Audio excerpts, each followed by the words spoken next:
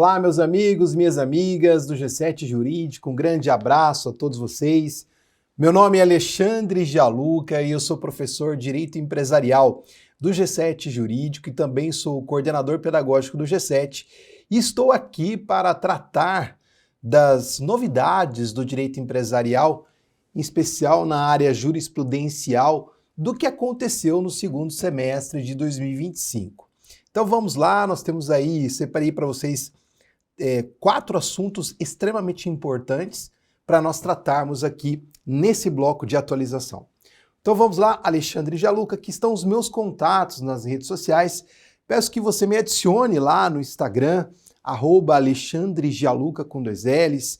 Também temos a nossa fanpage no Facebook, no X, no canal do YouTube e também no TikTok. Se você estiver assistindo essa aula, tire uma foto, me copie lá, copie o G7 Jurídico, vai ser um prazer repostá-lo.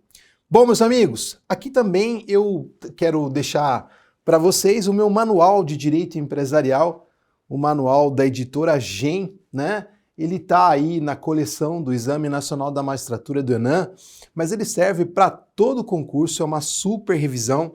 Você que vai prestar concurso para cartório, analista, delegado, procuradoria, defensoria, Ministério Público, né, o ENAC, é uma baita e uma super revisão e eu tenho certeza que vai ajudá-los muito, tá bom? Bom, vamos lá então e eu quero começar falando de falência. A falência está na Lei 11.101 de 2005. E tem um tópico, tem um tema na falência que a gente ministra nas nossas aulas aqui, que é o assunto arrecadação e realização do ativo. Vem comigo, André. Quando o juiz decreta a falência, o administrador judicial, ele providencia a arrecadação de todos os bens que estão na posse do falido. Ele faz o auto de arrecadação, ele junta nos autos esse auto de arrecadação e aí então nós vamos fazer a realização do ativo, que é a venda desses bens, a venda judicial desses bens, porque o objetivo é angariar dinheiro, ter dinheiro com essa venda, conseguir o dinheiro e com esse dinheiro pagar os credores de acordo com uma ordem de classificação. É isso que acontece na falência. E no tocante a esse tema, arrecadação e realização do ativo, né? Nós temos, pode colocar na tela, André, nós temos alguns itens para tratar. O primeiro deles é com relação ao prazo da venda. Hoje nós temos um prazo para poder fazer a venda desses bens que são arrecadados na falência. E o artigo 22, inciso 3, que é o artigo que traz quais são as obrigações do administrador judicial, fala lá no inciso 3 que o administrador judicial deve proceder à venda de todos os bens da massa falida no prazo máximo de 180 dias, contado da data da juntada do auto de arrecadação. Então ele faz a arrecadação daqueles bens, junta o auto de arrecadação e da juntada ele tem 180 dias para fazer a venda daqueles bens. Por isso que nós chamamos de arrecadação célere para venda imediata. E qual é o valor da venda? O artigo 142, parágrafo 3º-A, artigo 142, parágrafo 3º-A, diz que a alienação por leilão eletrônico presencial ou híbrido vai ser feito da seguinte forma. Em primeira chamada, pelo valor mínimo de avaliação do bem. Então vamos imaginar que o bem está avaliado em R$1 milhão. Então, em primeira chamada, nós vamos fazer a venda pelo valor mínimo de avaliação, que é de R$1 milhão. Se não aparecer nenhum interessado nesse leilão, nós vamos para a segunda chamada. E na segunda chamada, nós vamos fazer por 50% do valor de avaliação. Então, se o valor de avaliação é de R$1 milhão, a segunda chamada vai ser feita pelo valor mínimo de R$500 mil. O problema é que se nessa segunda chamada não aparecer interessado na arrematação daquele bem, nós vamos então para uma terceira chamada. E nessa terceira chamada, o artigo 142, parágrafo 3º, diz que nós podemos fazer a arrematação por qualquer preço. E aí surge uma pergunta diante desse contexto, né? qualquer preço? Mas o que seria isso, Gianluca? Teria um teto, teria um limite? Poderia ser 30% do valor? Poderia ser 10% do valor? Poderia ser 5% do valor? Poderia ser 2% do valor? Vamos analisar. Mas antes disso, quero fazer mais um comentário. E se no momento da venda o mercado for desfavorável àquela venda? Né? O contexto econômico, seja porque passou por uma, sei lá, de repente teve uma grande enchente ali naquela região e não tem mais interesse de investidores, ou porque sofreu algum tipo de contaminação, não importa, a questão é, e se no momento da venda o mercado for desfavorável? Fazemos a venda ou não? Né?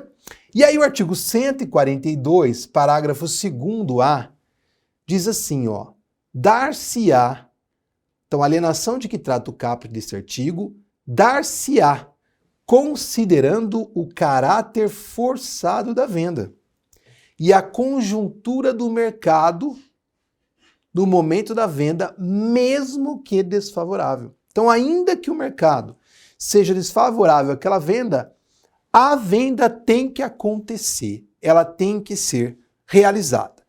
Então, esse é o contexto. Valor de qualquer valor, e no momento mesmo no momento que for desfavorável, vai ter que ser realizada a venda. Então a pergunta é, Gianluca, então 2%, 5%, 10%, 30%, esses percentuais são considerados o que a gente chama de preço vil. E aí, o leilão de falência deve observar o conceito de preço vil? Então vamos lá, porque o próprio legislador, vem comigo na tela, o valor da venda está sujeito ao conceito de preço vil? Então o artigo 142, parágrafo 2º-A, diz assim, ó, a alienação de que trata o caput desse artigo, olha o que diz o inciso 5 agora, ó, não estará sujeita à aplicação do conceito de preço vil. Não vai estar sujeita. Então não adianta você, credor, alegar, olha, não poderia ter sido vendido por 10% do valor, não poderia ter sido vendido por 15% do valor. Não pode. Por quê? Porque o conceito de preço vil não se aplica na falência, se aplica no CPC, em qualquer outra execução, mas na falência não se aplica. Por isso que tem muita gente ganhando dinheiro com a falência. Então, se não se aplica, quer dizer então que é possível, Gianluca, eu pagar 2% do valor do bem? Sim, é possível. Agora, o fato é que a lei permite, no artigo 143, que o credor, que o próprio devedor possa impugnar essa arrematação. Só que a impugnação no tocante ao valor, ela exige que tenha junto com a impugnação uma proposta melhor. Não adianta só você impugnar o valor. Você tem que impugnar o valor e apresentar uma proposta melhor de arrematação daquele bem. Se você não fizer isso, não vai ser considerada aquela impugnação. E foi justamente isso que aconteceu num caso que chegou até o STJ. Vem comigo.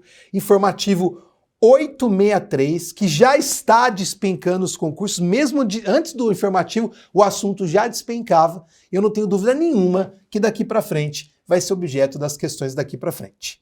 Informativo 863, de 23 de setembro de 2025, esse RESP 2.174.514, São Paulo, relatoria do ministro Ricardo Vilas Boas Cueva, da terceira turma, por unanimidade. O que aconteceu? Vamos lá. Respeitadas as formalidades legais, garantida a competitividade com a ampla divulgação do leilão, outra forma de alienação escolhida, não se mostra possível anular o certame com base na alegação de arrematação do imóvel por preço irrisório, 2% da avaliação, sem a respectiva proposta de melhor oferta. Então o STJ falou assim, olha, não é porque está 2% do valor que vai ser anulada essa arrematação. Até porque não se aplica o conceito de preço vil para a falência. E outra, o 143 exige que tenha uma proposta melhor. E você, tem alguém que vai pagar mais? Porque se você conhece alguém e apresentou uma proposta de que alguém que vai pagar mais, ok. Mas só contestar e não colocar dinheiro na falência, não vai dar certo. Tudo bem? Então foi justamente isso que o legislador colocou lá, que o julgador, o STJ colocou nesse informativo 863. Bom, eu quero mostrar para vocês uma questãozinha da prova da magistratura de Santa Catarina 2022, prova FGV, que muita gente vai fazer o ENAM aí, então fica atento para isso. Olha lá. Serra Alta Eletrônicos Limitada, na condição de credor extraconcursal, apresentou impugnação tempestiva ao leilão de bens da sociedade falida Maracajá e Cerqueira Limitada, realizado de forma híbrida. A impugnante alega as seguintes irregularidades. O leilão ocorreu justamente no momento de extrema desvalorização do imóvel onde funcionava a sede da falida, em razão da enchente que atingiu a cidade e destruiu parte da vizinhança, acarretando desvalorização injustificada do ativo e contrariando o princípio da otimização. 2. A alienação ocorreu em terceira chamada por preço vil, equivalente a 30% do valor de avaliação do bem, após a ausência de licitantes nas chamadas anteriores. Os fatos alegados são incontestes. Como juiz da falência, sua decisão será resposta. Letra E. Indeferimento total da impugnação, em razão do caráter forçado da venda e da não sujeição ao conceito de preço vil. Então, na falência não se fala em conceito de preço vil. Uma outra questãozinha também é FGV, isso tudo antes do informativo, hein? Imagine agora, TJ Minas Gerais 2022, olha o que o examinador pergunta. Sobre a falência, assinale a alternativa correta. Vamos para a letra C. A alienação de bens do ativo na falência far-se-á independentemente de a conjuntura do mercado no momento da venda ser favorável ou desfavorável. Beleza, é aquilo que nós falamos. Vai ter que se realizar a venda. Se é favorável ou não, não importa. Dado o caráter forçado da venda. Ok. Independerá da consolidação do quadro geral de credores, isso também está correto. Pode contar com os serviços de terceiros como consultores, corretores e leiloeiros e deverá ocorrer no prazo máximo de 180 dias contado da lavratura do auto de arrecadação, aquele prazo que nós vimos, né? O prazo máximo que o administrador tem para fazer a venda é de 180 dias contados desse auto de arrematação, de arrecadação. E olha lá, não estando sujeita à aplicação do conceito de preço vil. Resposta correta. Então, esse tema já era reivindicado antes desse informativo. Imagine agora como que vai cair nas provas daqui para frente. Vamos para um outro assunto agora, falando de recuperação judicial, ainda sobre a Lei 11.101 de 2005, né? Ainda Lei 11.101 de 2005, e vamos analisar o que eu quero falar com vocês lá. O artigo 1º dessa lei diz que esta lei disciplina a recuperação judicial, a recuperação extrajudicial e a falência do empresário e da sociedade empresária. Tá? Então, está dizendo que a recuperação judicial serve única e exclusivamente para o empresário individual e para a sociedade empresária. Aí o que acontece? O artigo 2º, por sua vez, faz o seguinte, vem comigo, André. Então o artigo 1º vem e fala assim, olha, a lei de falência e a lei de recuperação de empresas se aplica tão somente para o empresário individual e para a sociedade empresária.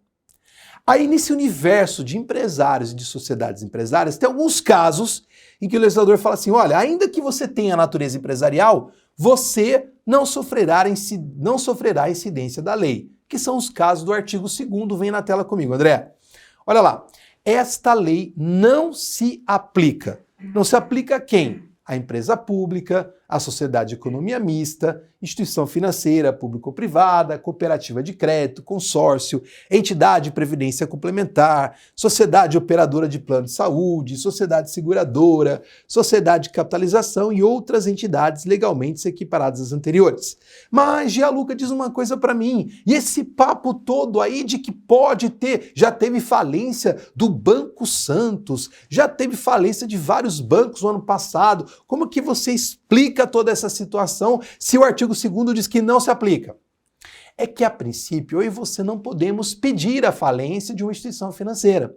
Mas a instituição financeira pode passar por uma liquidação extrajudicial, como está ocorrendo agora com o Banco Master, que está passando por uma liquidação. Nessa liquidação extrajudicial é nomeado um liquidante, e o liquidante, por sua vez, é que pode, então, diante do contexto que está lá como os requisitos definidos em lei, pode pedir a falência de uma instituição financeira. Então, por exemplo, se o Banco Santos teve sua falência decretada, é porque antes ele passou por uma liquidação extrajudicial e nessa liquidação o liquidante pediu aquela falência. Tudo bem? Bom, eu só fiz esse comentário por cima porque está na moda falar sobre o tema, mas o que eu quero aqui objetivar é uma outra situação. Então quer dizer, Gianluca, que uma sociedade simples, que não tem natureza empresarial, não pode pedir recuperação judicial? Não, porque na lei só fala que é o empresário ou sociedade empresária, não é mesmo? Bom, então quer dizer, Gianluca, que a associação também não pode pedir falência? Não, porque não tem previsão legal. A fundação pode pedir falência? Não pode, porque, ou melhor, uma fundação pode pedir recuperação judicial? Não pode, porque a princípio ela não tem natureza empresarial. Então, sociedade simples, associação e fundação, por força legal, não podem pedir recuperação judicial. Mas o que acontece então é o seguinte, vem a pergunta, então quer dizer que as entidades sem fins lucrativos ou sociedades não empresárias podem ou não podem pedir recuperação judicial? Nós sempre defendemos aqui nas nossas aulas que você tem que olhar para o que está dizendo a lei. Vai prestar concurso público? É o que está na lei ou o que está na jurisprudência. Mas o que está na lei já deixa claro que não cabe. Não cabe recuperação judicial de sociedade simples. Não cabe recuperação judicial de associação. Não cabe recuperação judicial de fundação. Mas e a jurisprudência, Gianluca? A terceira turma do STJ já havia definido que não cabia recuperação judicial para a sociedade simples, nem para a associação e nem para a fundação. Isso já era uma definição da terceira turma do STJ. E recentemente, vem comigo aqui, André, no RESP 2.008.646, Rio Grande do Sul, julgado em novembro de 2025, a quarta turma do STJ, por unanimidade de votos, entendeu que as entidades sem fins lucrativos têm ilegitimidade ativa para o pedido de recuperação judicial. Então vamos lá para o que dispõe aí esse julgado do STJ. A recuperação judicial ou extrajudicial e a falência são institutos jurídicos próprios do regime jurídico empresarial. Olha agora. Inaplicável à associação, à fundação ou à sociedade simples submetida ao regime jurídico diverso, o civil propriamente dito.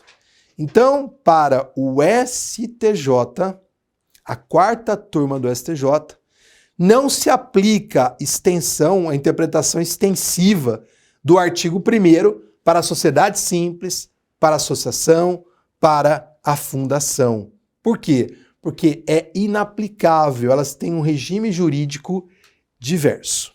Tá bom? Vamos lá ainda, continuando. A interpretação do artigo 1º da Lei 11.101 não autoriza o pedido de recuperação judicial por entidades não empresárias, limitando o benefício a empresários e sociedades empresárias que exploram atividade econômica buscando principalmente lucros. A extensão da recuperação judicial a entidades sem fins lucrativos ou mesmo sociedades simples, sem inscrição no Registro Público de Empresas Mercantis, que usufruem de benefícios tributários e de outros favorecimentos próprios de regime jurídico diverso do empresarial, justamente em razão de sua natureza jurídica, importaria desequilíbrio concorrencial em detrimento dos agentes econômicos com potencialidade de criar abalos significativos à sua segurança jurídica no mercado. Então, para a quarta turma do STJ, essas entidades sem fins lucrativos e as sociedades simples, que são as associações, as fundações e as sociedades simples, elas não se inserem nesse modelo, até porque elas têm um regime tributário privilegiado, né? Com imunidades, com isenções fiscais, e esse regime tributário já faz com que dê esse fôlego, dê aí as possibilidades de ter maiores oportunidades de desenvolver atividade econômica de uma maneira mais tranquila que aquele que exerce uma atividade empresarial. Então, já permitir que esse tipo de sociedade simples, associação, fundação, com todos esses benefícios tributários, fiscais, ainda tenha recuperação judicial, seria um desequilíbrio na atividade empresarial. Então, por conta disso, o STJ vem e fala, olha, não cabe, e agora, não tenho dúvida nenhuma para dizer, né, que a resposta que você deve dar no concurso é de que não cabe. O artigo 1º não permite, e a jurisprudência, tanto terceira turma e agora, por unanimidade, a quarta turma, entendem que não cabe recuperação judicial de associação, fundação e de sociedade simples. Ainda sobre recuperação judicial, vem na tela comigo. Gianluca, tem alguma limitação para um plano de recuperação judicial? Né? Porque o artigo 50, que traz os meios de recuperação judicial, ele traz um rol exemplificativo, não é um rol taxativo, mas traz lá diversas situações que podem ser utilizadas como meio de superação de crise, como, por exemplo, uma fusão, uma cisão, venda de estabelecimento, alteração do controle societário, transformar a dívida em capital social para que o credor passe a ser sócio da sociedade, parcelamentos, perdão parcial. Tem várias situações que estão previstas ali, condições especiais de pagamento, que estão previstas no artigo 50. Mas uma pergunta que se faz é, tem limitação do plano de recuperação? Porque se eu quiser, por exemplo, fazer uma proposta de pagamento do credor quirografário em 10 anos, eu faço. Se o credor vai concordar ou não com isso é outra história, mas eu posso fazer. Eu posso fazer uma proposta de pagar os bancos em 15 anos. Se o banco vai concordar ou não é outra história, mas não tenho limitação para fazer essa proposta. Agora, quando o assunto é crédito trabalhista, aí sim há um limite legal. Vem comigo, artigo 54, olha o que diz lá. O plano de recuperação judicial não poderá prever prazo superior a 1 ano para pagamento dos créditos derivados da legislação do trabalho ou decorrentes de acidente de trabalho vencidos até a data do pedido de recuperação judicial. Então, eu tenho um limite para pagar crédito trabalhista. Esse limite diz que não pode ser prazo superior a 1 ano. Só que aí surgiu uma dúvida. Qual dúvida? Eu vou contar esse prazo aqui, que não pode ser mais de 12 meses, a partir de que momento? A partir do momento da aprovação do plano, da concessão da recuperação judicial, qual vai ser o prazo para que eu tenha a contagem de 1 ano?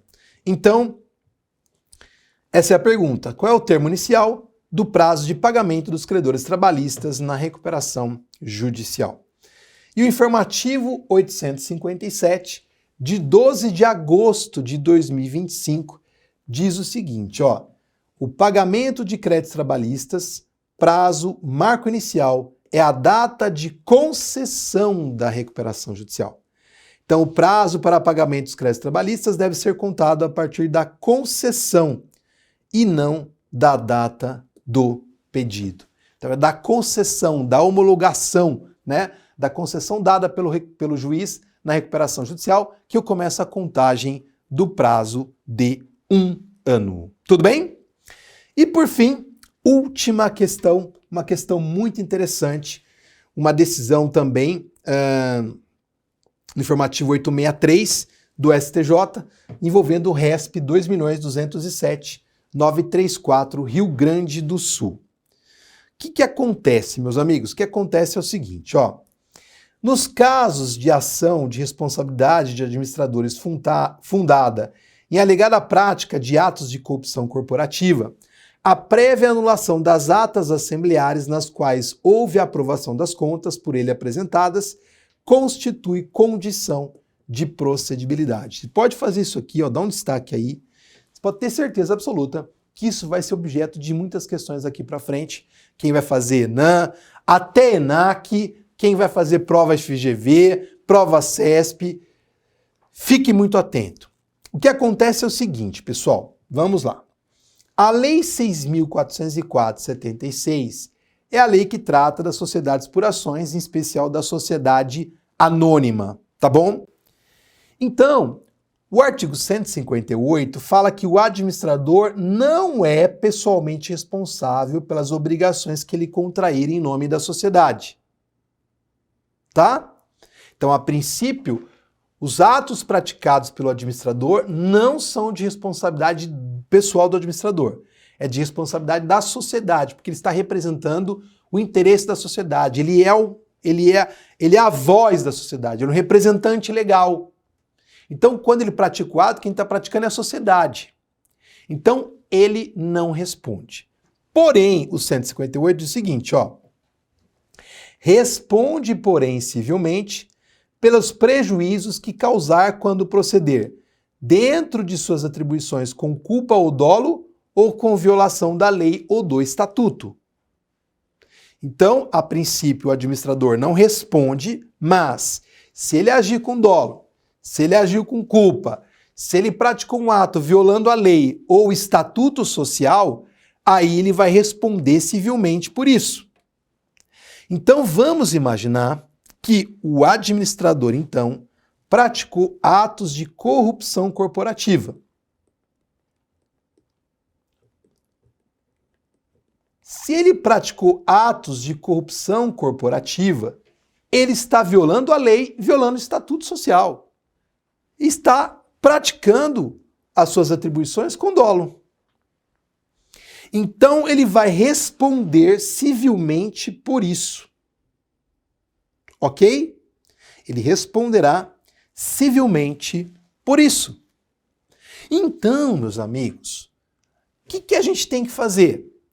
Bom, se eu tenho um administrador na sociedade anônima e eu constato que ele praticou uma corrupção corporativa, eu vou poder entrar com ação contra ele? Vou, mas eu preciso antes fazer o seguinte, artigo 159.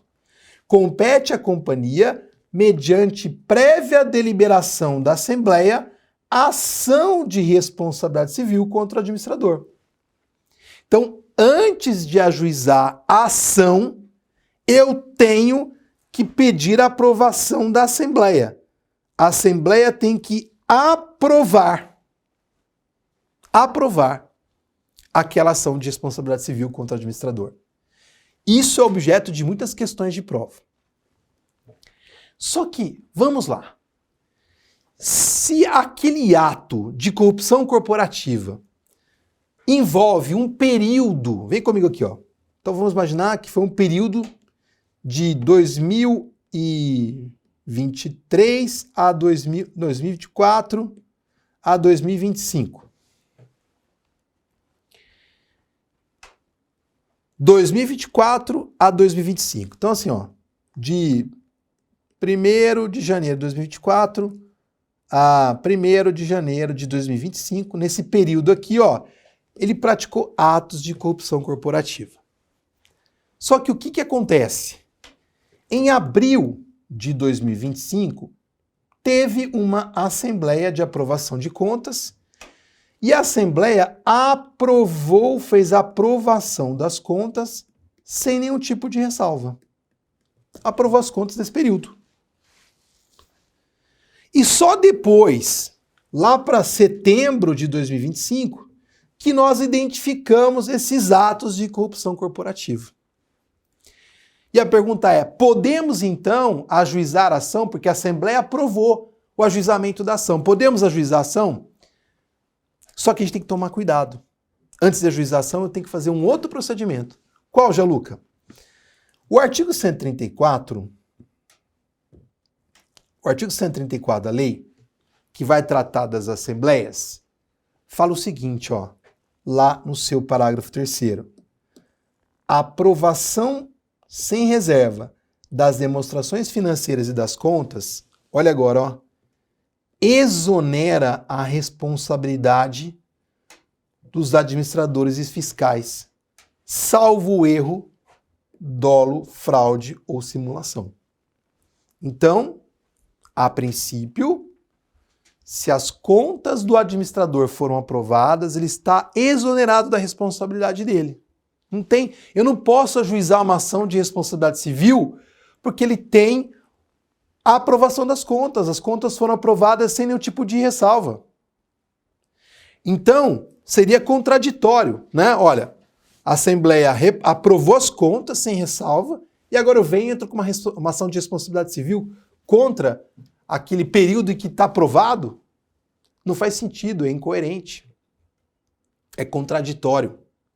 Então, o que nós temos que fazer antes da ação de responsabilidade civil? Vem comigo na tela. Identificamos que ele agiu com dolo, com simulação, então nós vamos fazer o quê? Vamos ajuizar uma ação para anular aquela ata de aprovação. Então vamos para o 286, que diz a ação para anular as deliberações tomadas em Assembleia Geral ou especial, violadoras da lei ou do estatuto ou eivadas de erro, dolo ou simulação, prescrevem 2 anos contados da liberação. Então vou ver se estou dentro do prazo e ajuizo uma ação para anular aquela aprovação das contas. E só depois da anulação das contas é que nós podemos, então, ajuizar a ação de responsabilidade civil. E é justamente isso que disse o STJ. Olha lá.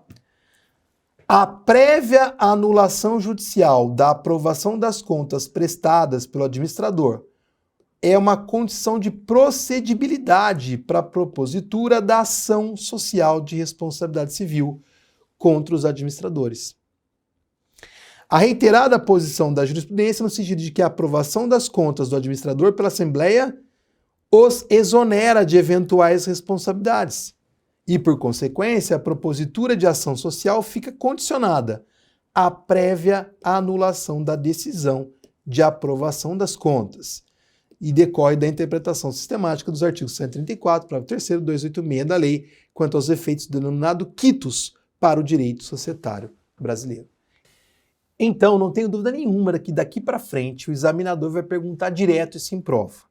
O que precisa ser feito se eu quero entrar com uma ação de responsabilidade civil contra o administrador que teve o período, que teve suas contas aprovadas sem ressalva em Assembleia? O que eu preciso? Você vai ter que anular aquela decisão assemblear, vai ter que anular aquela decisão que foi tomada de aprovação de contas, porque essa anulação é condição de procedibilidade para a ação de responsabilidade civil.